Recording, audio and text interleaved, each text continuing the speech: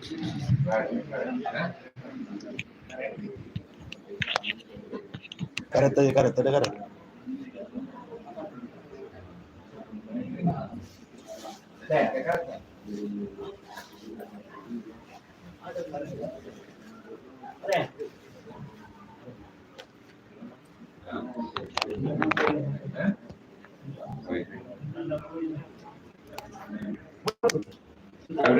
Udah.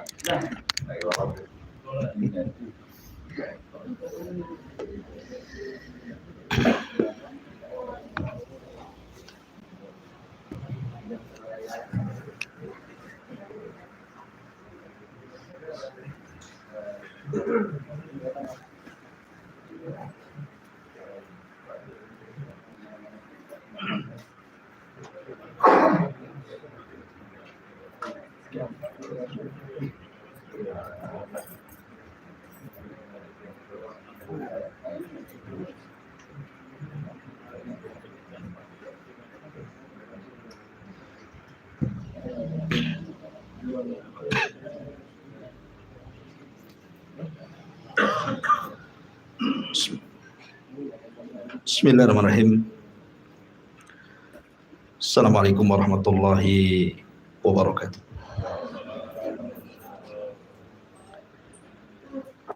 Alhamdulillah wassalatu wassalamu ala Rasulillah wa ala alihi wa sahbihi wa mawalah wa la hawla wa la quwwata illa billahi wa ba'du.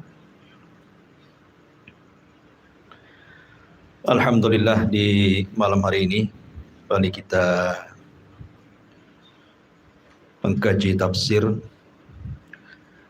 dan malam ini kita masuk pada surat baru, surah Al-Fajr.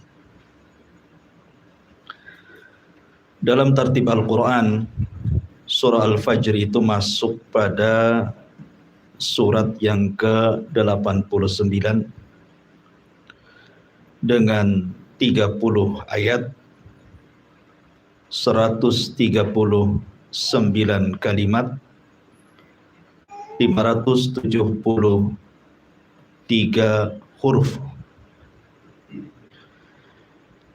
dan dia termasuk dari surah Makkiyah, artinya surat yang turun sebelum hijrah Nabi Sallallahu Alaihi Wasallam. Karena surah Al-Fajr ini cukup panjang, maka malam ini kita akan membahas 5 ayat pertama dalam surah Al-Fajr. A'udzubillahi minasyaitonirrajim. Bismillahirrahmanirrahim. Wal fajri wa layalin 'ashr. Wasyaf'i wal watr. Wal laili idza yasr. Hal fi dzalika qasamul lidhi hijr.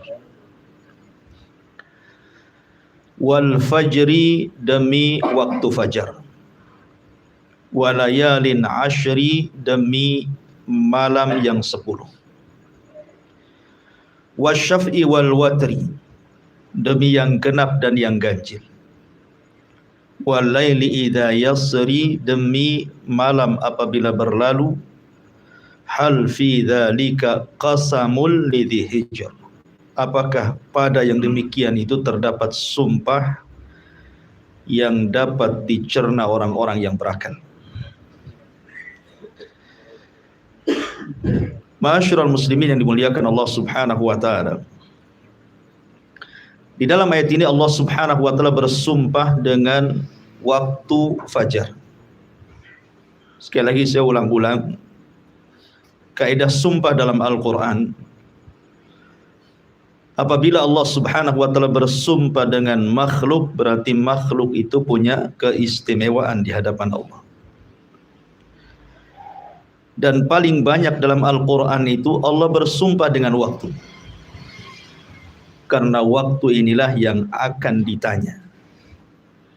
Nabi SAW bersabda, la tazulu qadama abdin hatta yus'al an arba'. Tidak akan bergeser kaki anak Adam sampai ditanya 4 perkara. Semua bicara waktu. Pertama, an umrihi fima abna, tentang umurnya, kemana dia habiskan. Yang kedua, wa an syababihi fima abla, tentang masa mudanya, kemana dia lampiaskan. Ketiga, an ilmihi fima amilafi, tentang ilmunya, sudahkah ia amalkan.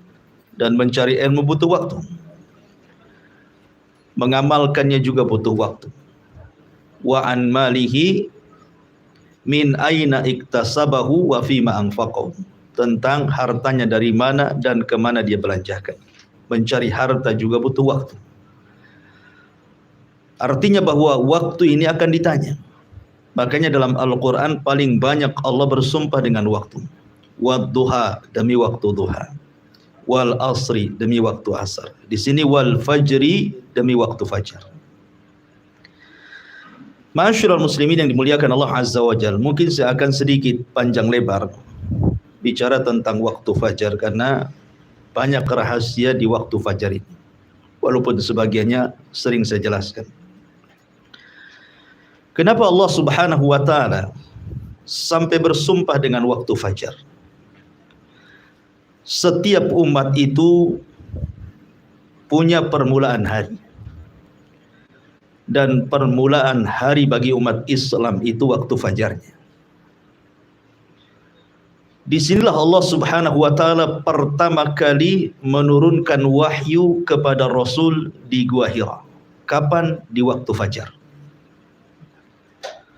Artinya di waktu inilah Al-Quran pertama kali turun ke dada Rasul. Di waktu ini pula Jibril turun menemui Rasul. Dan di waktu ini pula permulaan kebenaran muncul di tengah-tengah kegelapan jahiliyah. Makanya waktu fajar, waktu yang luar biasa. Di waktu fajar ini pula sejarah bermula masuk Islamnya kalangan jin. Ketika Allah Subhanahu wa Ta'ala berfirman, wa id sarafna ilaika nafaran minal jinni yastami'unal qur'ana. Ingatlah ketika kami palingkan kepadamu wahai Muhammad sekelompok dari kalangan jin yang mendengar Al-Quran. Dan dalam surah Jin, Qul uhiya ilayya annahu istama'a nafarun minal jinni faqalu inna sami'na qur'anan ajaba. Dan telah diwahyukan kepadaku bahwa sekelompok jin itu mereka mendengar Al-Quran dan mereka mengatakan dengan Al-Quran itu amanna bih, kami beriman.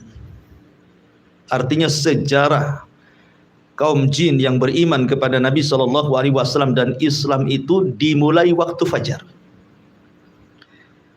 Karena 7 jin nasibin yang dari Yaman itu, yang diutus oleh iblis untuk mencari rahasia kenapa jin tidak bisa naik ke langit.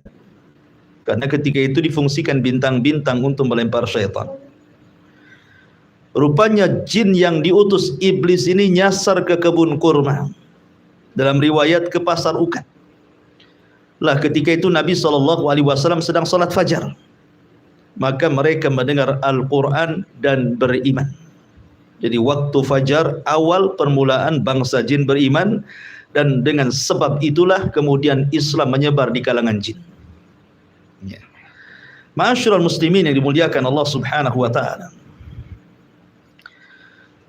Dan waktu fajar juga Allah Subhanahu wa Ta'ala di sini bersumpah dengan kata-kata wal fajri, demi waktu fajar. Waktu fajar adalah satu di antara sekian tanda kebesaran Allah. Yang Allah Subhanahu wa Ta'ala firmankan, Qul ara'aitum in ja'alallahu alaikumul laila sarmadan ila yaumil qiyamah. Bagaimana pendapat kalian kalau seandainya Allah Subhanahu wa Ta'ala jadikan malam itu sepanjang masa sampai kiamat, tidak terbit-terbit fajar? Allah katakan, ailahun ma'allah, apakah di sana ada Tuhan selain daripada Allah Subhanahu wa Ta'ala? Yang bisa mendatangkan cahaya kan tidak ada kecuali Allah. Jadi waktu terbitnya fajar itu artinya permulaan waktu siang. Dan itu tanda kuasa Allah Subhanahu wa taala yang bisa merubah malam menjadi siang. Ini kuasa Allah Subhanahu wa taala. Kemudian juga waktu fajar ini juga adalah permulaan ibadah manusia. Di mana bagi orang-orang yang berpuasa, setat dia puasa ketika terbit fajar. Sudah tidak boleh makan, tidak boleh minum. Menahan hal-hal yang dilarang bagi orang yang berpuasa. Kemudian juga setat awal salat fajar, yang banyak keistimewaan, nanti saya akan jelaskan. Ma'asyiral muslimin yang dimuliakan Allah Subhanahu wa taala, tentu yang dimaksud fajar di sini karena fajar kan ada dua ya. Ada fajar kadzib, ada fajar shadiq. Fajar kadzib itu maksudnya fajar dusta. Cahayanya masih ada di langit, belum sampai ke bumi. Tapi kalau fajar shadiq cahayanya sudah sampai di bumi, menerangi atap-atap, jalan-jalan, gang dan yang sebagainya. Itulah yang kita maksud fajar yang kedua, fajar shadiq. Ya. Atau lebih dikenal dengan waktu subuh. Ya. Kita tahu bahwa waktu subuh itu adalah waktul harakah, waktu bergeraknya manusia. Makanya ketika Allah Subhanahu wa taala menyebut kalimat walaili id adbar, kemudian was-subhi idza asfar. Ya. Perhatikan kalimat id di sini. Walaili id adbar. Kalimat id dan waktu malam ketika adbar berlalu. Id menggunakan sukun. Tapi ketika Allah Subhanahu wa taala menyebut kalimat subuh, was-subhi idza, menggunakan harakat di sini, fathah. Idza asfar, ketika mulai terang. Kenapa Allah Subhanahu wa taala mensukun kalimat id ketika bicara malam dan membuat harakat idza ketika bicara siang, bicara subuh, permulaan siang? Karena memang malam itu adalah tempat sukun. Apa sih arti sukun itu? Sukun itu artinya tenang. Malam itu tempat tenang. Tempat tidak boleh orang bergerak. Karena malam itu banyak bahaya yang mengancam. Makanya kita disuruh beristirahat di rumah. Makanya Allah Subhanahu wa taala mengatakan min syarri ghasiqin idza waqab. Kita disuruh berlindung dari malam apabila sudah mulai gelap. Karena kejahatan di malam hari itu banyak sekali. Makanya kita disuruh untuk diam di rumah supaya jangan terkena dengan kejahatan itu. Karena malam itu tempat sukun. Sukun itu artinya tempat tenang, istirahat, gitu ya. Tetapi ketika Allah bicara tentang subuh, tidak menggunakan sukun, tetapi menggunakan harakat. Idza asfar, dan harakat itu artinya bergerak. Ya. Karena permulaan bergeraknya manusia itu di waktu subuh.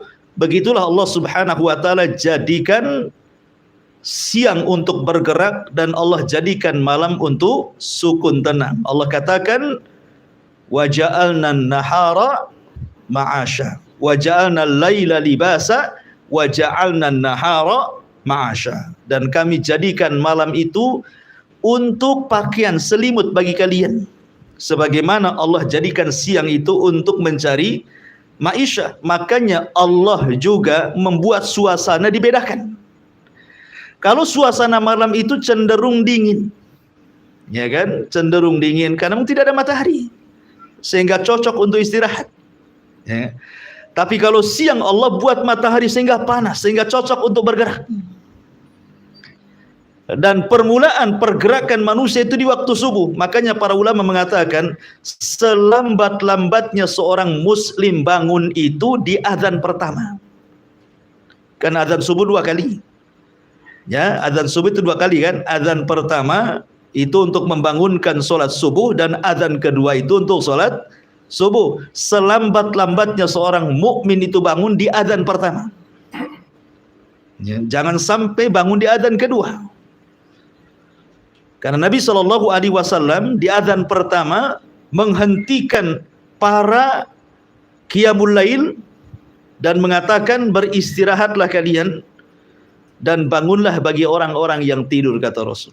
Jadi Rasul memerintahkan orang yang qiyamul lail stop di adzan pertama, disuruh istirahat karena lelah dia sudah beribadah.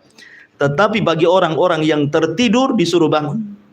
Ya, makanya adzan pertama itu sudah bangun seorang mukmin untuk persiapan salat subuh, itu maksudnya.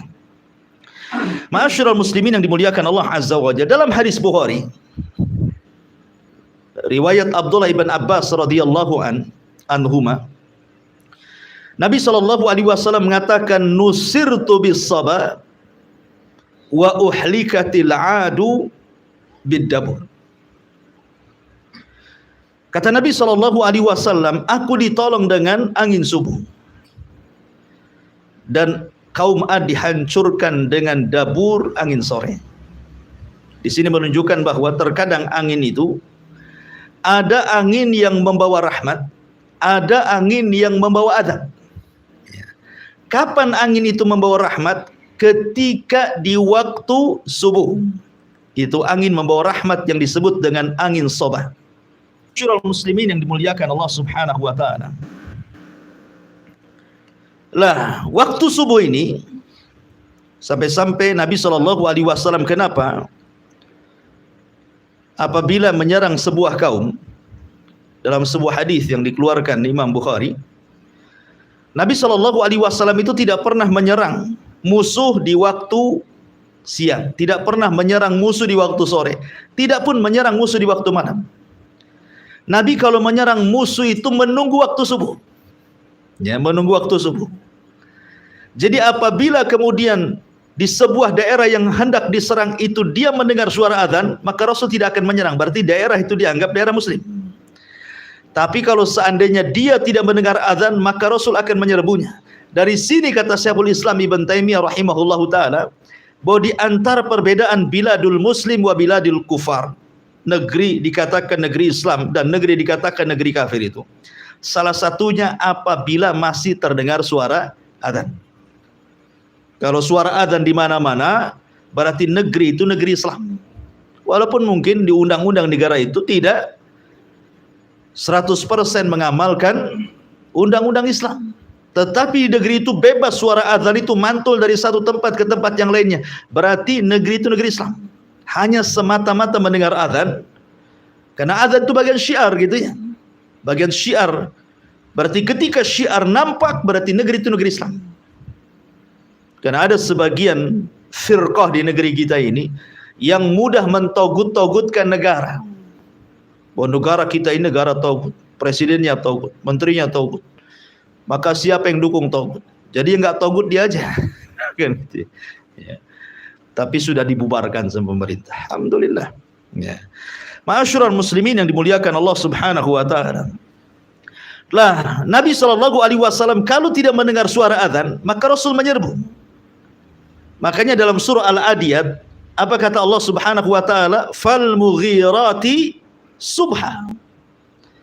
Ketika Nabi SAW dihabar khuakan oleh orang-orang munafik, ketika mengirim pasukan Ali dan beberapa orang, kemudian ada kabar bahwa pasukan itu mati, kudanya dirampas dan yang lain sebagainya, Allah turunkan surah Al-Adiyat. Salah satu lafadznya dalam surah Al-Adiyat itu fal mughirati subha, bahwa Ali dan pasukannya itu sedang menyerbu musuh di waktu subuh. Ya, jadi para sahabat mengikuti sunnah Nabi SAW menyerbu di waktu subuh, karena disitulah ada angin kemenangan yang disebut dengan angin sobah, yang diteliti oleh para ilmuwan kedokteran dan kesehatan bahwa angin itu membawa kesehatan yang luar biasa. Ya, angin itu membawa kesehatan yang luar biasa apabila seseorang terkena angin di pagi hari. Makanya sering saya nasihatkan kalau habis subuh buka jendela, buka pintu biar angin itu masuk. Ya, itu angin membawa rahmat dan juga kesembuhan penyakit. Ma'asyiral muslimin yang dimuliakan Allah Azza wa Jalla. Aisyah radhiyallahu anha pernah mengatakan, laqad kana an-nabiy sallallahu alaihi wasallam yusalli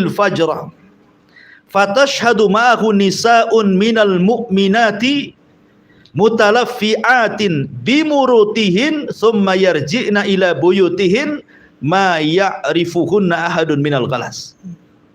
Kata Aisyah radhiyallahu anha, Nabi SAW pernah mengerjakan salat subuh dan hadir wanita-wanita mukminah bersama beliau berselimutkan kain-kain murut, lalu mereka kembali ke rumah-rumah mereka, tidak ada seorang pun yang mengenali mereka karena gelap.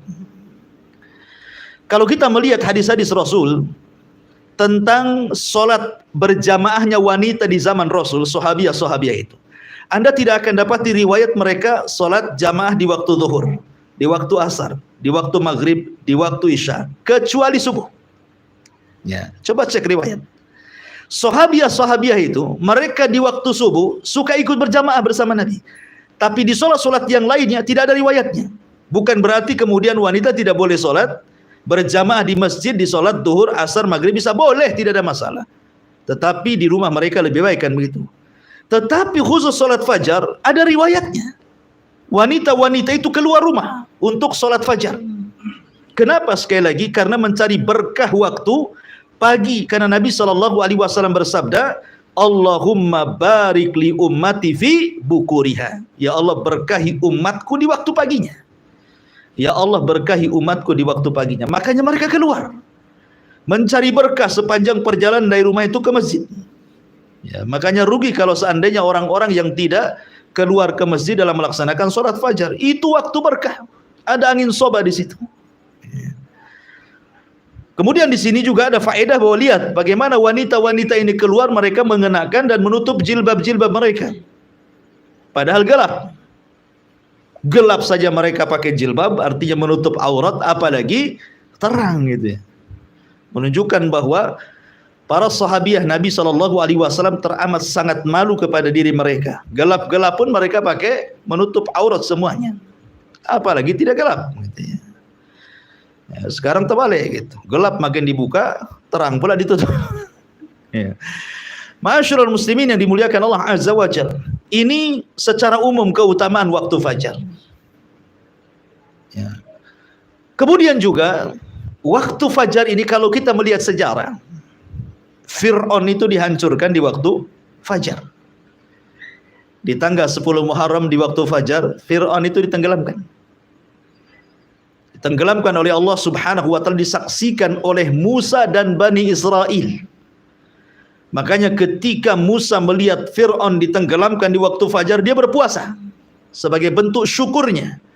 Makanya ketika Rasul kemudian hijrah dari Mekah ke Madinah, melihat orang-orang Yahudi sedang berpuasa di tanggal 1 Muharram, di tanggal 10 Muharram itu, kata Rasul, "Ini puasa apa kalian?" Maka orang-orang Yahudi mengatakan, "Kami berpuasa dalam rangka menghormati Nabi kami Musa karena diselamatkan dari kejaran Fir'aun yang ditenggelamkan kapan? Di waktu fajar di tanggal 10 Muharram." Makanya Musa berpuasa, kami pun berpuasa. Maka Rasul mengatakan, "Nahnu atau ana ahaqqu bi Musa." Saya lebih berhak menghormati Musa dibandingkan kalian. Maka Rasul pun kemudian berpuasa tanggal 10 Muharram dan memerintahkan sahabatnya untuk berpuasa, dan inilah puasa wajib pertama dalam Islam sebelum ada puasa Ramadan. Tanggal 10 Muharram, ya kan? Ma'asyiral muslimin yang dimuliakan Allah Azza wa Jalla, adapun keutamaan yang luar biasa salat fajar itu. Orang yang bangun di waktu fajar, maka dia hakikatnya telah keluar dari ejekan dan olokan syaitan. Disebutkan dalam hadis Nabi SAW, apabila seorang mukmin itu tidur di malam hari, maka syaitan akan datang dan akan memberikan waswas.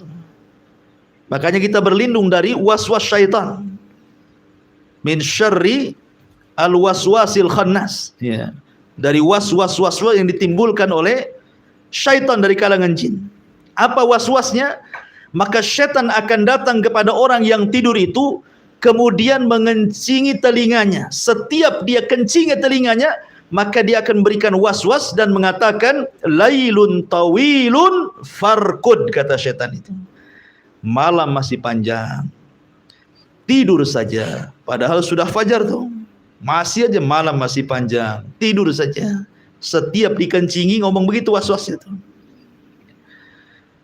Lah para ulama sudah saya katakan bahwa apa makna setan mengencingi orang itu?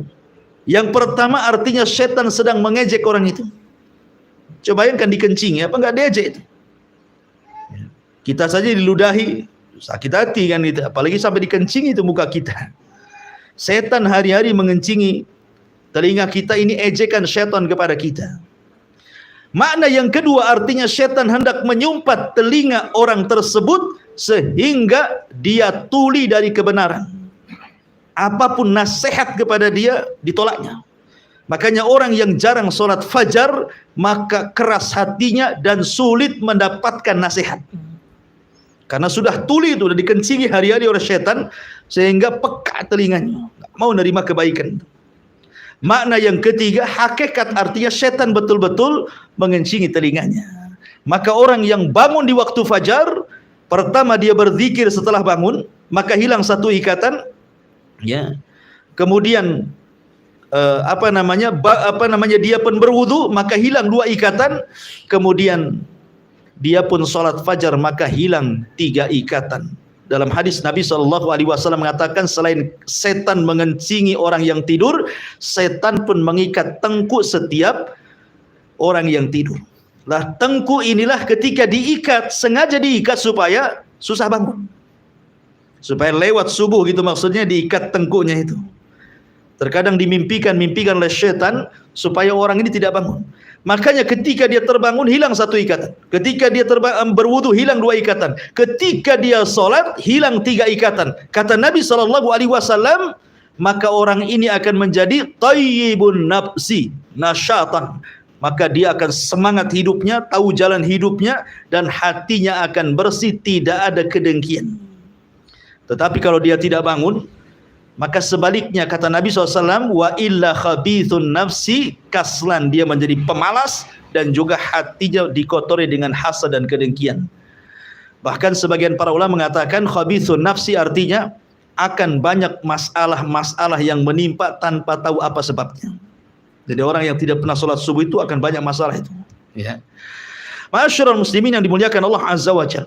Adapun tentang khususnya sendiri, ya, bahwa waktu fajar itu ada sholat fajar. Sholat fajar ini juga banyak keistimewaan, luar biasa. Di mana Allah Subhanahu wa taala akan berikan cahaya di wajahnya. Tidak mesti harus hitam jidatnya, tidak. Ya, tetap Allah Subhanahu wa taala berikan cahaya bukan hanya di dunia saja, tapi juga di akhirat. Kan Nabi SAW mengatakan, basyaril masyaina fi dzulumatil laili bin nuri tama yaumal qiyamah. Kabar gembirakan kepada orang-orang yang berjalan di malam hari, maksudnya untuk melaksanakan fajar, bahwa dia akan mendapatkan cahaya yang sempurna pada hari kiamat. Dan itu yang kita inginkan. Karena ketika orang itu meniti titian siratal mustaqim, yang paling dihajatkan itu cahaya. Ya, itulah yang paling dihajatkan ketika meniti siratal mustaqim. Orang yang sholat fajar, dia akan diberikan cahaya sempurna, sehingga dia bisa menyeberangi titian dengan sempurna. Kemudian juga tidak ada pahala yang dilipat gandakan dalam sholat kecuali sholat fajar dan asar. Itu dilipat gandakan tuh pahalanya, fajar dan juga asar. Kenapa demikian? Karena malaikat-malaikat yang mencatat kebaikan di malam hari dan malaikat-malaikat yang mencatat kebaikan di siang hari itu perjumpaannya itu di sholat fajar. Jumpanya itu di sholat fajar. Jadi sholat malaikat malam naik, malaikat siang turun. Lah itu jumpanya ketika manusia sedang sholat fajar. Makanya Nabi SAW mengatakan ketika Allah Subhanahu wa taala bertanya kepada para malaikat yang mencatat kebaikan di malam dan siang itu, ma taraktum ibadi, sedang apa kau tinggalkan hamba-hambaku? Maka kemudian malaikat-malaikat siang dan malam mengatakan, atainahum wa hum yusallun wa taraknahum wa hum yusallun.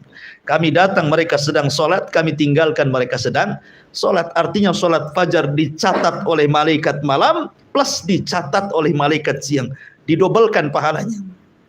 Apalagi kemudian di antara sebab orang itu mudah masuk surga adalah orang yang menjaga sholat fajar. Kata Rasulullah SAW, man hafadha ala baradaini dakhalal jannah. Siapa yang menjaga dua sholat, maka dijamin masuk surga. Maksudnya kata para ulama Barodaini di sini salatul fajri wa salatul asri. Salat fajar dan salat asar. Ya, jadi salat fajar salah satunya adalah penjamin orang masuk surga.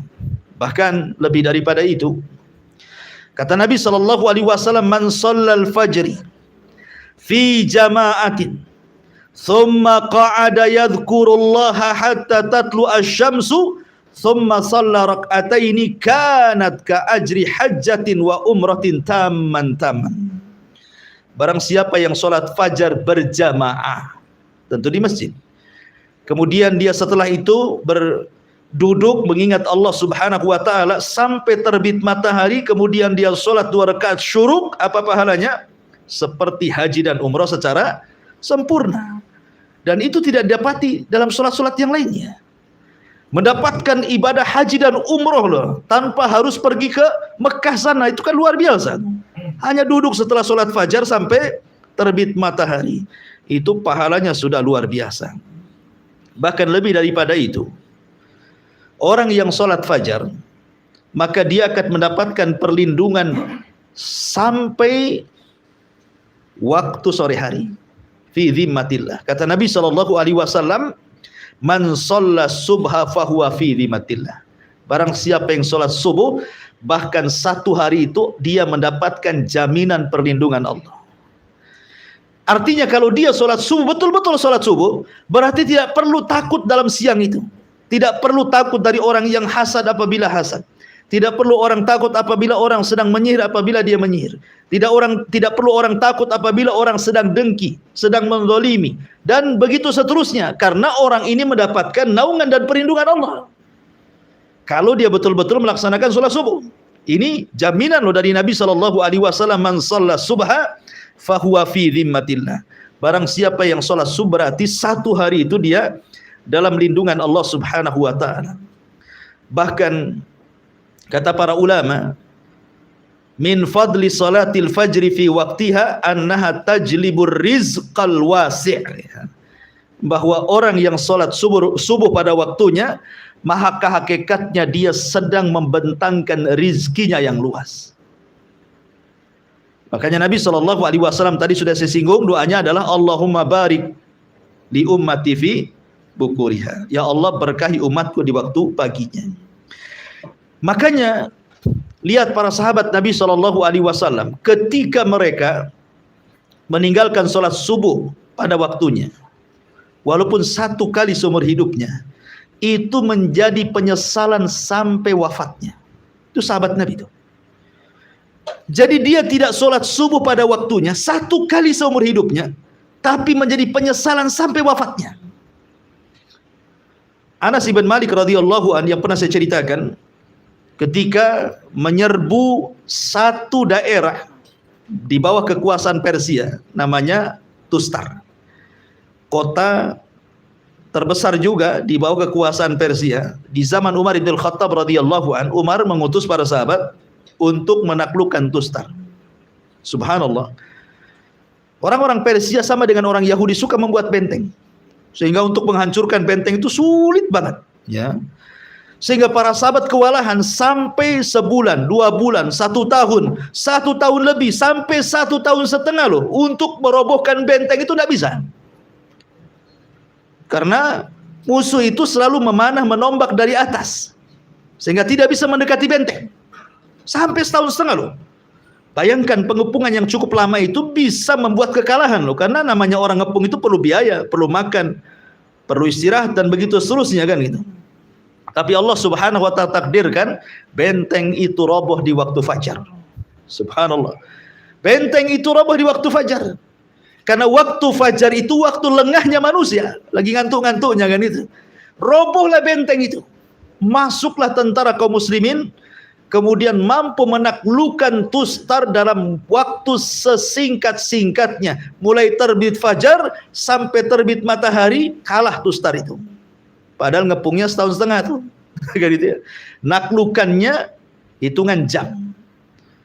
Setelah kemudian para sahabat menaklukkan Tustar dan matahari sudah terbit, baru kemudian mereka sholat subuh setelah matahari meninggi. Artinya mereka sholat subuh di luar waktu.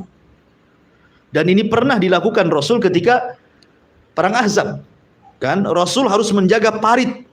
Sebab kalau tidak dijaga, musuh itu akan meloncat dengan kuda-kuda mereka. Sehingga Rasul tidak bisa meninggalkan untuk melaksanakan sholat. Meleng aja sedikit, kuda masuk. Makanya Rasul harus terus fokus gitu ya. Sampai akhirnya di waktu maghrib. Rasul dan sahabat belum sholat asar. Ketika datang waktu maghrib, baru Rasul dan sahabat sholat asar.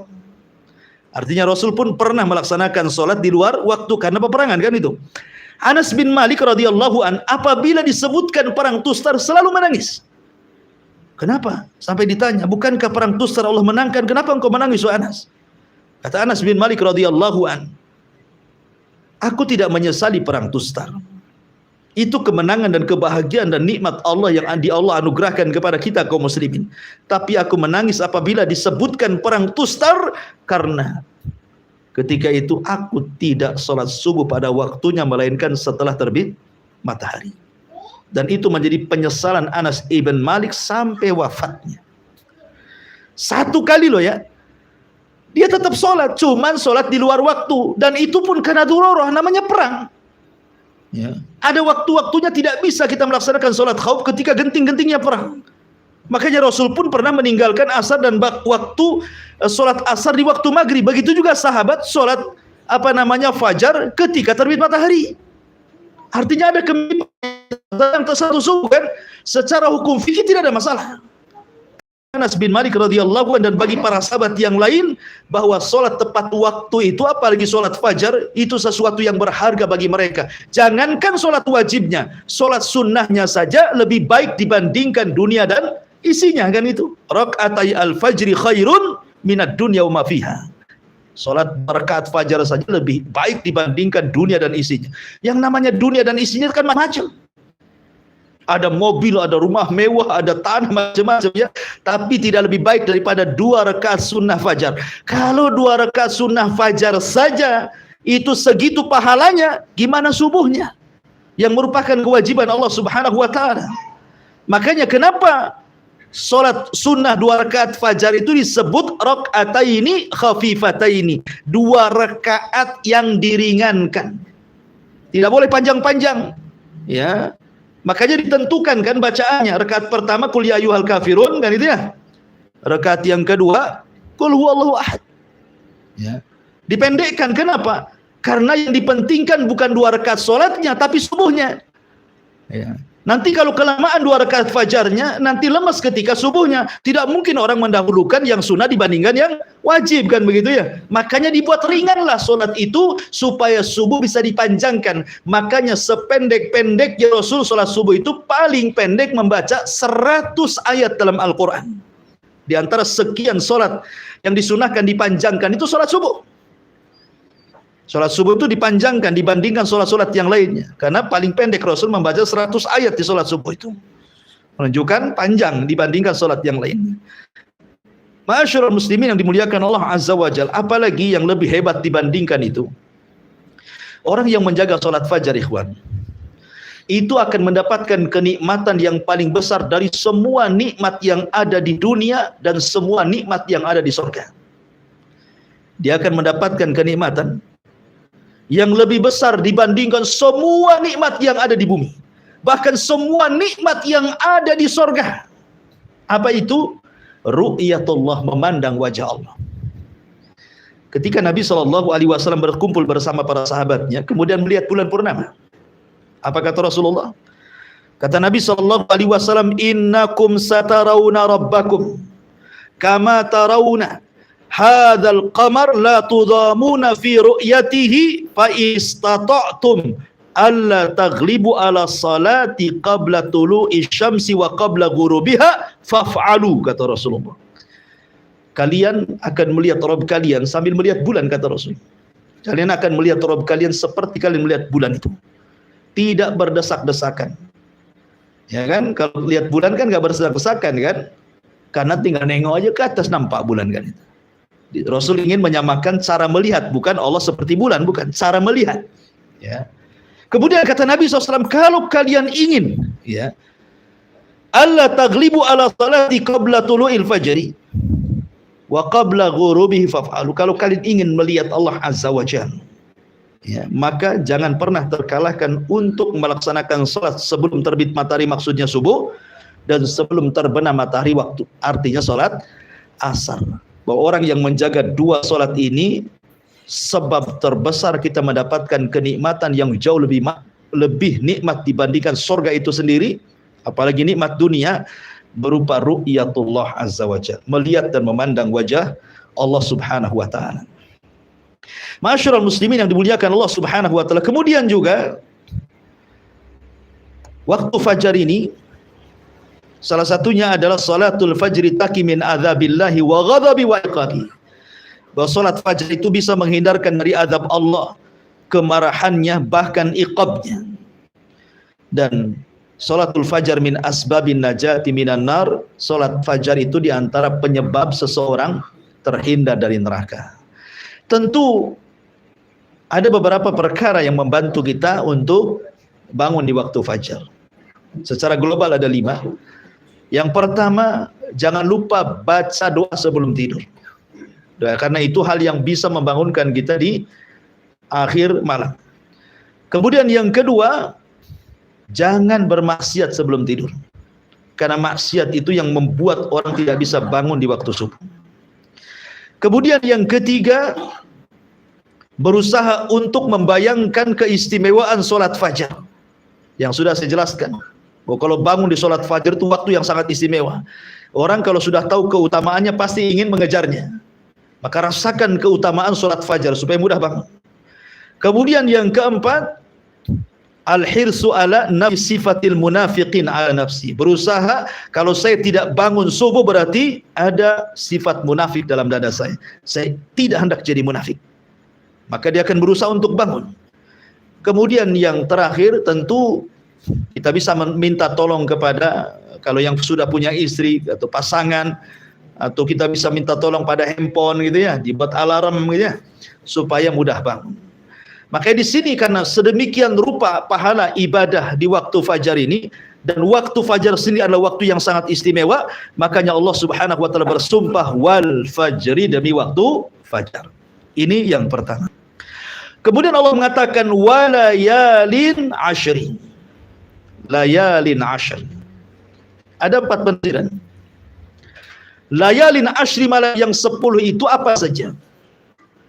Yang pertama, malam yang 10 itu artinya menurut saya Imam Ibnu Utsaimin rahimahullahu taala, dan ini yang dikuatkan pendapatnya oleh beliau, maksudnya malam 10 di sini artinya 10 malam akhir Ramadan. Tanggal 20 Ramadan sampai selesai disebut Ashrul Awakhir, malam-malam akhir Ramadan. 10 awal Ramadan. Kenapa Allah Subhanahu wa taala jadikan sumpah? Karena di 10 malam akhir Ramadan terdapat malam terbaik dalam setahun yang disebut dengan Lailatul Qadar. Makanya dijadikan sumpah walayalin ashri. Ini satu pendapat. Pendapat yang kedua, maksudnya layalin ashri di sini artinya 10 awal bulan Dzulhijjah. Diitlakkan malam mencakup siang. Ya, jadi kalimat malam tidak mesti harus malam, bisa juga disebut siang, karena dalam bahasa Arab ini terkadang kalimat yang sama, contoh namanya baina likulli adzanaini salatun. Baina kulli adzanaini salatun. Di antara dua adzan itu ada salat.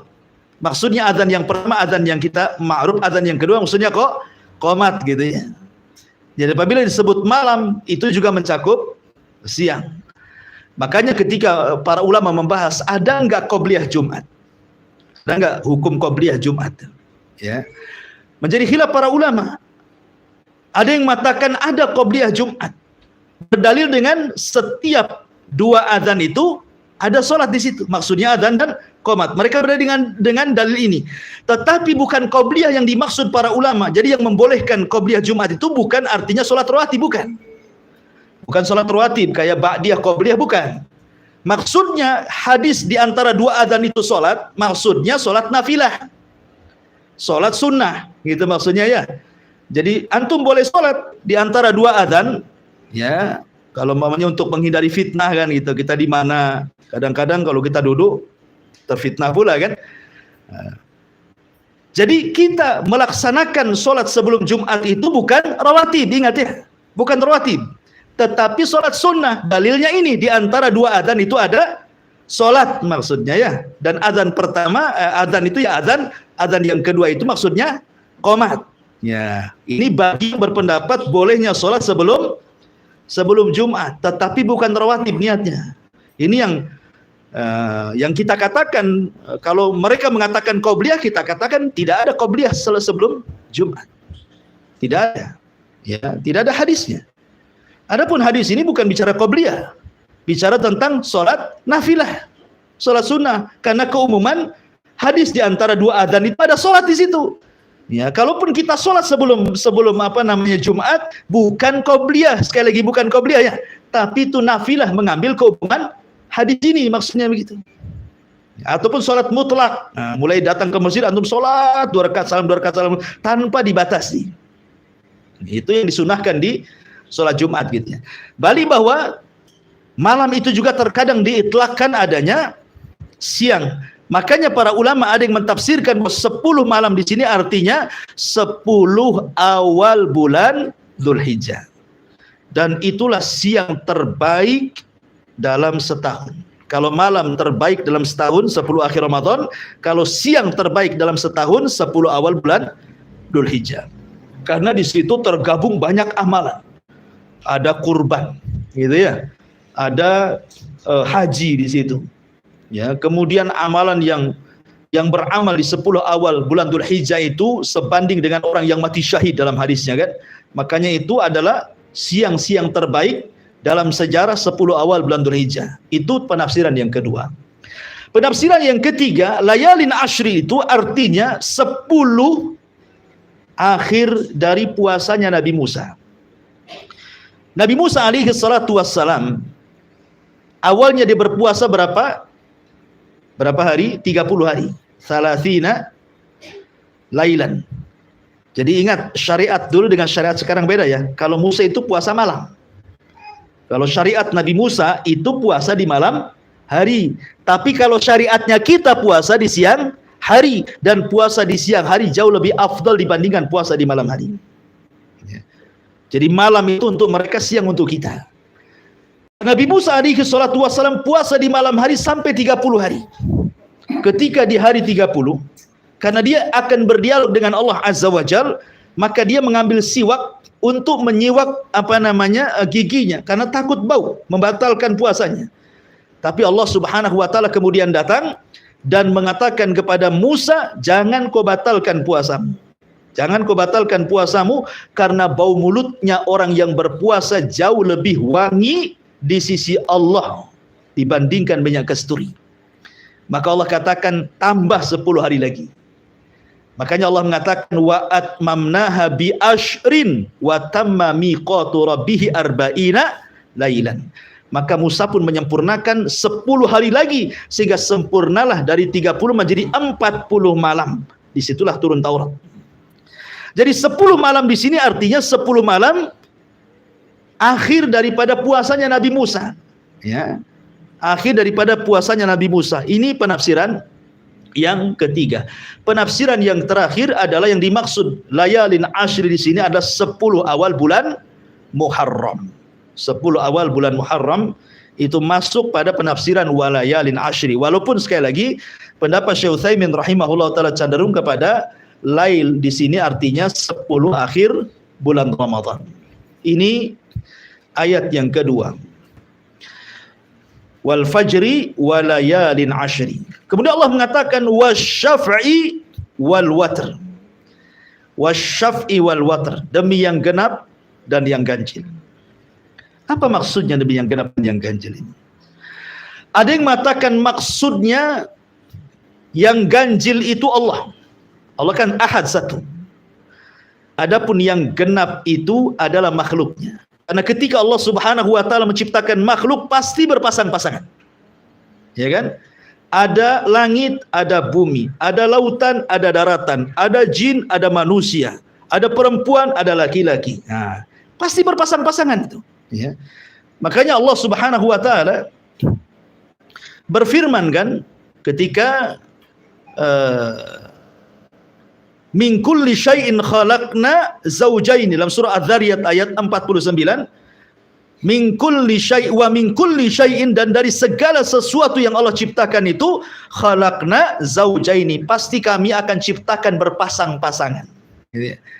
Berarti yang genap itu makhluk, karena makhluk berpasang-pasangan kan, genap dia dua-dua, ya kan, langit bumi dua, darat laut dua gitu ya, gelap terang dua gitu. Genap maksudnya witir itu Allah sang Khalik, adapun yang genap itu maksudnya makhluknya. Jadi Allah bersumpah dengan dirinya dan juga dengan makhluknya. Penafsiran yang kedua, maksudnya yang witir di sini Allah bersumpah dengan Adam. Adam itu witir, satu. Ya, karena Allah Subhanahu wa taala tidak menciptakan dari ibu bapak. Adam itu diciptakan sendirian oleh Allah Subhanahu wa taala. Kemudian setelah itu Allah ciptakan Hawa dari tulang rusuknya menjadi genap. Berarti yang witir itu Adam, yang genap itu Adam dan Hawa dan seluruh keturunannya. Allah bersumpah dengan Adam dan juga Hawa. Kemudian yang ketiga, maksudnya witir ini adalah semua sifat, maksudnya witir itu sifat Allah, tetapi genap itu sifat makhluk. Maksudnya begini, Allah Subhanahu wa taala ketika mengeluarkan kita dari perut ibu kita, wallahu akhrajakum min butuni ummahakum la ta'lamuna syai'a wa ja'ala lakumus sam'a wal absara wal af'ida, kan itu. Ketika Allah menciptakan kita, dikeluarkan dari perut ibu kita, kita tidak mengetahui sesuatu, sama sekali tidak punya apa-apa. Bahkan pendengaran pun tidak mendengar, penglihatan pun tidak melihat, ya kan? Kemudian hati pun tidak berakal. Baru sedikit demi sedikit setelah dia besar sedikit, mulailah pendengaran melihat. Kemudian pendengaran mendengar, penglihatan melihat, kemudian hati mulai berpikir, kemudian diberikan ilmu. Terus sampai dia tua, maka Allah akan kembalikan sebagaimana dia dilahirkan. Ketika sudah tua mulai rabun, ya kan? Ya, kemudian mulai peka, ngomong harus keras-keras, kan ya? Mulai pikun, padahal dulu orang paling cerdas dulunya. Nah, dikembalikan tuh sifat bayinya ke ketua, tapi Allah Subhanahu wa taala witir. Ya, Allah tidak pernah didahului dengan kebutaan kemudian melihat, atau setelah melihat buta, tidak. Allah itu akan senantiasa melihat dan melihat dan melihat dan melihat. Ya, tidak didahului dan juga tidak diawali dengan perkara-perkara kebalikan daripada melihat. Laisa kamitsli syai'un wa huwas samiul basir. Itu juga penafsiran yang ketiga. Penafsiran yang keempat, maksudnya al-syaf'i wal watr ini mencakup semua ibadah. Contoh salat, ada yang ganjil, ada yang genap. Maghrib ganjil, kan itu ya. Kemudian isya genap. Ya. Kemudian puasa ayyamul bid ganjil. Ya kan 3 hari saja kan? Senin Kamis genap, gitu ya. Ramadan juga terkadang digenapkan, terkadang diganjilkan, tergantung melihat bulan. Ya, jadi semua ibadah itu mencakup ibadah. Namanya genap ganjil itu semua ibadah tercakup padanya kalimat asy-syaf'i wal watr. Ada juga yang mengatakan bahwa yang dimaksud asy-syaf'i wal watr itu 10 akhir Ramadan. Mulai tanggal 20 Ramadan sampai tanggal 30 atau 29, 1, 2, 3, 4, 5 sampai selesai akhir Ramadan, itu bisa mengandung genap ganjil. Ya. Terkadang yang genap itu ganjil, terkadang yang ganjil itu genap, gitu maksudnya. Makanya kenapa kita harus menghidupkan semua hari-hari malam di akhir Ramadan. Karena ada yang kita anggap hari ini genap, bagi orang lain diganjil. Ya, contoh ketiga, hadis Quraib. Dia datang dari Syam menuju Madinah. Dia ke Syam itu awal Ramadan, pulang ke Madinah pertengahan Ramadan. Lah Quraib ini mengikuti ru'yahnya Muawiyah di Syam, sehingga dia puasa di hari Jumat. Ya. Ketika sampai di kota Madinah berjumpa dengan Ibnu Abbas, rupanya Madinah memulai puasa di hari Sabtu. Kemudian kata Quraib, tidak cukuplah Muawiyah melihat. Ya. Kenapa kau tidak ikut Muawiyah sana, gitu maksudnya ya. Kata Abdullah ibn Abbas, beginilah yang diperintahkan Rasul. Apabila tidak melihat bulan berarti digenapkan. Makanya kami puasanya Sabtu, mereka Jumat. Ketika kita anggap ini ganjil, di sana dianggap genap. Dan sebaliknya begitu. Ya. Jadi ada yang tafsirkan juga seperti itu. Itulah wasyaf'i wal watr. Kemudian Allah mengatakan wal laili idza yasri, dan demi malam apabila telah berlalu. Maksudnya apabila malam itu masuk meninggalkan siang dan masuk waktu malam. Maksudnya di sini ada yang mentafsirkan bahwa kapan itu malam? Ada yang mengatakan malam itu dimulai dari waktu asar. Malam itu dimulai dari waktu asar. Ada juga yang berpendapat malam itu dimulai waktu maghrib. Adapun malam yang dimulai waktu asar, karena hadis Nabi SAW tentang ta'aqub al-malaika, pergantian malaikat siang malam yang mencatat kebaikan, berjumpanya di waktu sholat asar. Ya, jadi malaikat malam yang akan mencatat amalan kebaikan kita di malam hari itu, mereka turun di waktu asar. Berarti asar itu waktu malam bagi ta'aqubatil malaika.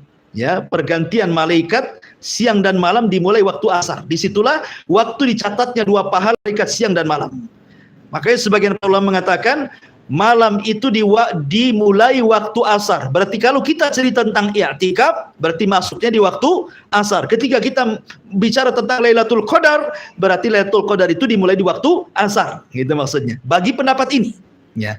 Pendapat yang kedua, tidak, malam itu di waktu maghrib. Ketika terbenam matahari itulah malam. Ya, itulah malam gitu. Jadi ada dua pendapat tentang apa itu malam. Ya, malam itu maksudnya setelah maghrib, karena disitulah ada waktu sholat maghrib. Nanti terus ke malam lagi ada isya, ke malam lagi ada witir, ya setelah isya sampai sepertiga malam sampai subuh. Jadi banyak amalan di malam hari.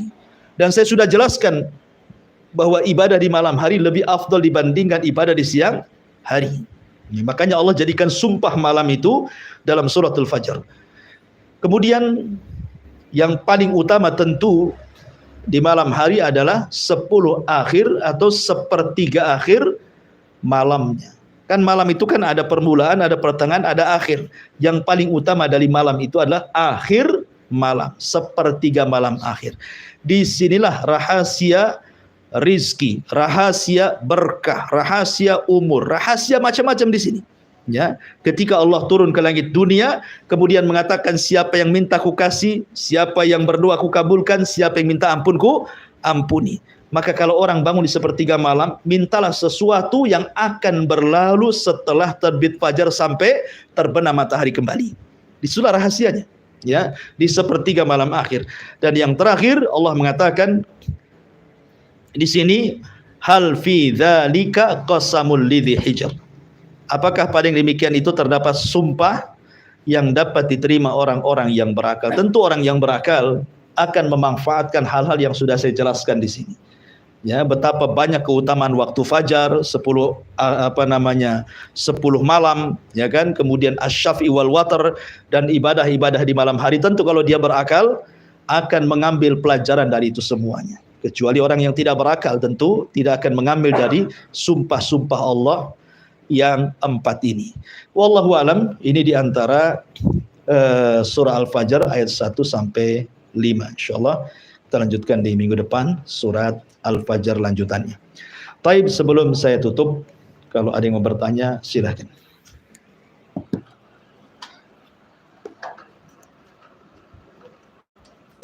Taib. Mengenai azan dan fajar dan waktu anak di Bandung, karena sering dengar masjid yang melakukan azan 2 kali. Jadi azan pertama itu ada bacaan suatu kalimat. Yang kedua ada. Ya, alhamdulillah. Tentang kalimat taswib, itu dalam bahasa fikih disebut taswib namanya ya. Taswib itu bacaan as-salatu khairun minan naum. Dan bacaan taswib itu diajarkan Rasul kepada seorang sahabat namanya Abi Mahdhurah, salah satu muadzin Rasul yang bertugas adzan di Masjidil Haram setelah Fathu Mekah. Ya. Terjadi khilaf para ulama tentang taswib ini diletakkan di mana. Apakah di adzan pertama ataukah di adzan kedua? Sekali lagi ini khilaf panjang sebenarnya.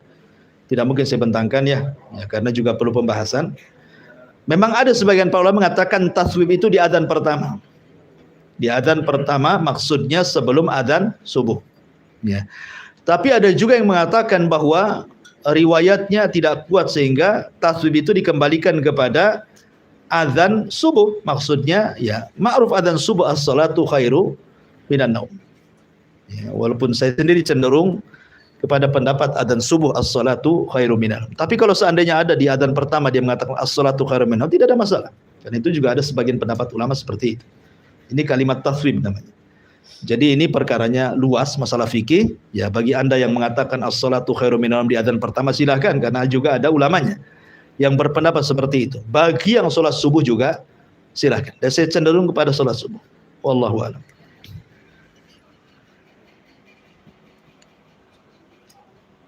Kira-kira jaraknya berapa lama? Jarak antara adzan pertama dengan adzan yang kedua tidak lama. Kata Nabi SAW, makanlah, minumlah, sampai terdengar adzannya Abdullah ibn Umi Maktum. Ya, sampai jadi selama Anda masih mendengar adzannya Abdullah ibn Umi Maktum, masih dibolehkan makan minum sahur gitu maksudnya. Sampai terdengar adzan terbalik. Kalau masih mendengar adzan Bilal kan adzan pertama. Abdullah ibn Umi Maktum itu adzan kedua, karena Abdullah ibn Maktum kan orang buta. Ya, dia tidak tahu fajar kan karena tidak melihat. Kecuali kalau Bilal menyuruh di adzan baru adzan. Makanya Abdullah ibn Umi Maktum itulah dia adzan subuh. Kalau Bilal adzan pertama. Kata Rasul, selama engkau masih mendengar adzan Bilal boleh makan, boleh minum. Ya, sampai kau mendengar adzannya Abdullah ibn Umi Maktum maka tahan, karena itu sudah adzan subuh.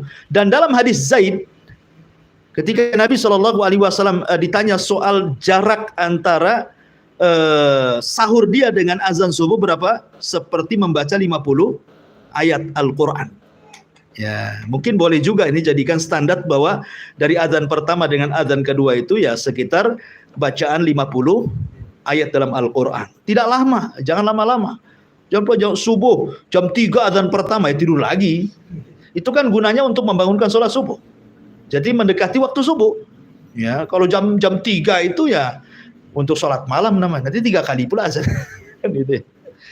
Tetapi ini namanya sunnah mahjurah, ya, sunnah yang banyak ditinggalkan. Bahkan hampir-hampir kaum muslimin tidak kenal adzan pertama sebelum subuh. Bahkan kalau kita di sini mungkin sebagian kita aneh kalau ada orang yang azan pertama sebelum subuh ini. Jadi kiranya orang yang azan itu ngelindur. Bangun tidur ngelindur langsung ambil mic. Kan itu ya.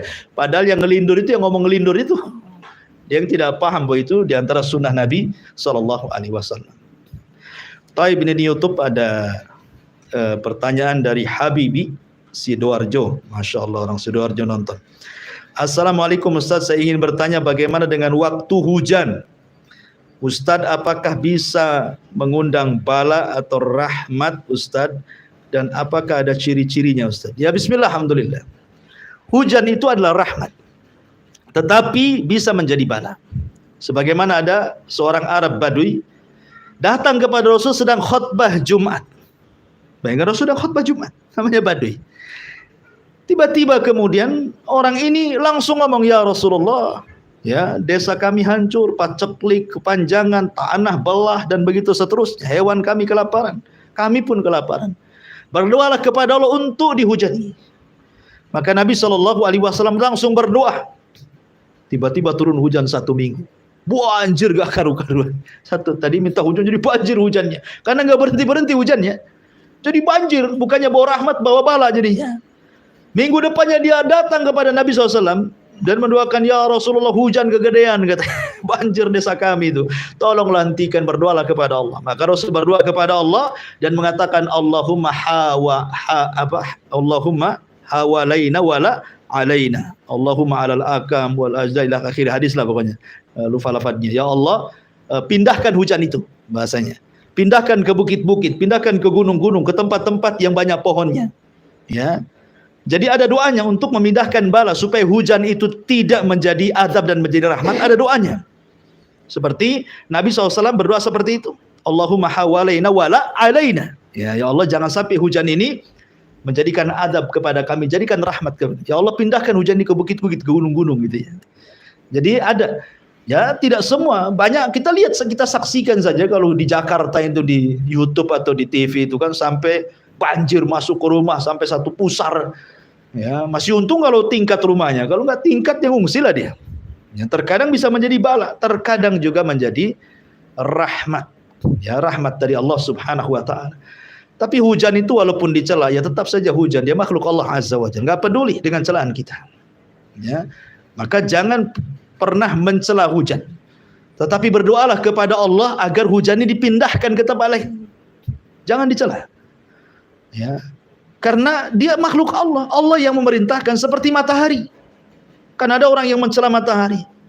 Ketika tidak ada hujan, matahari masih dicela, panas katanya. Kapan hujan? Sekali hujan, kapan panas? Matahari dicela, tetap saja dia begitu. Karena matahari itu terbit ke atas dasar perintah Allah. Ya. Maka kita tidak boleh mencela hujan, mencela matahari, mencela itu semua sama dengan mencela yang menciptakannya Allah Subhanahu wa taala. Wallahu a'lam. Iya. Tadi terbilang kalau angin fajar itu angin sehat, angin sore angin tidak sehat. Dan jadi kalau angin sore itu kalau dalam ilmu fisika itu musim kemarau dan musim selatan. Kalau memang setiap angin sore itu tidak sehat. Tidak, maksudnya ada angin-angin yang membawa azab sekali-kali, ada yang membawa rahmat. Angin soba itu kan angin yang bertolak dari arah timur ke barat. Ya kan? Angin pagi itu angin yang bertolak dari timur ke barat, itu disebut soba, angin soba namanya. Itu memang ada nasnya. Ya, Nabi SAW memanfaatkan angin ini untuk peperangan dan selalu dimenangkan dalam perangnya. Ya. Dan memang secara ilmu kesehatan memang pagi segar, sehat. Orang olahraga pagi memang segar. Makanya para sahabat di zaman Rasul memang mereka sambil jalan dari rumah, pulang lagi sambil olahraga. Ya. Dan tidak diceritakan asar atau maghrib mereka keluar kan itu. Tapi apakah setiap angin sore itu adab? Tidak. Ya, tidak semua angin itu azab rahmat, tidak. Ya, tetapi kalau nasnya di angin pagi memang jelas. Ya, tapi kalau di angin sore ini kan Rasul menceritakan kaum Ad. Kaum Ad itu dihancurkan dengan angin dabur, angin sore ya. Apakah setiap angin sore itu penyakit? Tidak juga kan gitu ya. Kadang-kadang bawa rahmat, kadang-kadang bawa adab. Ya, tergantung kehendak Allah Subhanahu wa taala. Wallahu a'lam. Baik, saya kira cukup. Subhanakallah bihamdika, asyhadu an la ilaha illa anta astaghfiruka wa atubu ilaik. Allahu ta'ala. Assalamualaikum warahmatullahi wabarakatuh.